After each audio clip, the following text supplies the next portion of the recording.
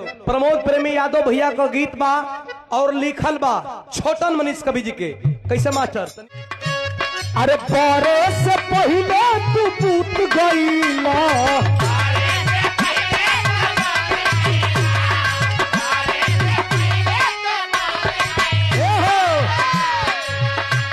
अरे बारे से पहले तू पूत गईला, अरे ओठल लिए चाटी के राजा सूख गईला,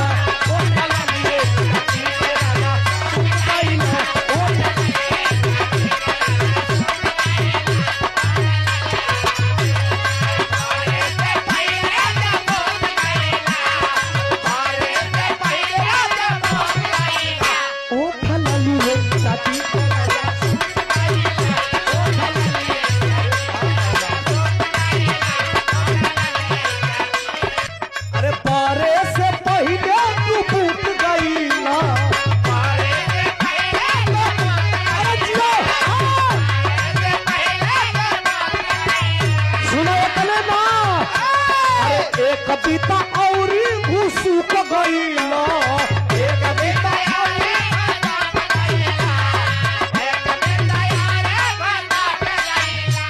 अरे एक कविता